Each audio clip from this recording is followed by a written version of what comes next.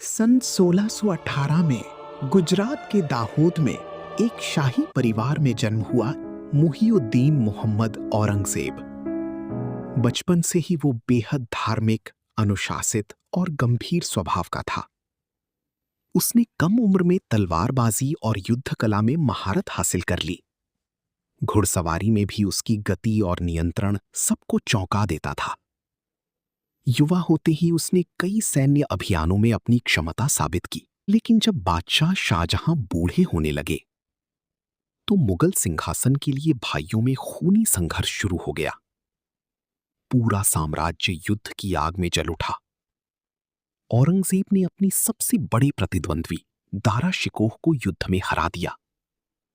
दारा की हार के साथ उसका रास्ता लगभग साफ हो चुका। उसने अपने पिता शाहजहां को आगरा किले में कैद कर दिया और 1658 में स्वयं को मुगल साम्राज्य का बादशाह घोषित किया।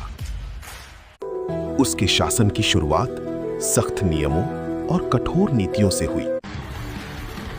उसने साम्राज्य को और बड़ा बनाने की योजना बनाई।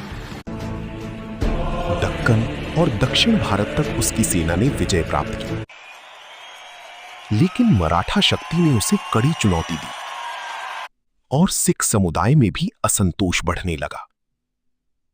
इतनी शक्ति होने के बाद भी कहा जाता है कि वो खुद टोपी सिलता और कुरान लिखता था। लगातार युद्धों ने उसे वृद्धावस्था में थका दिया।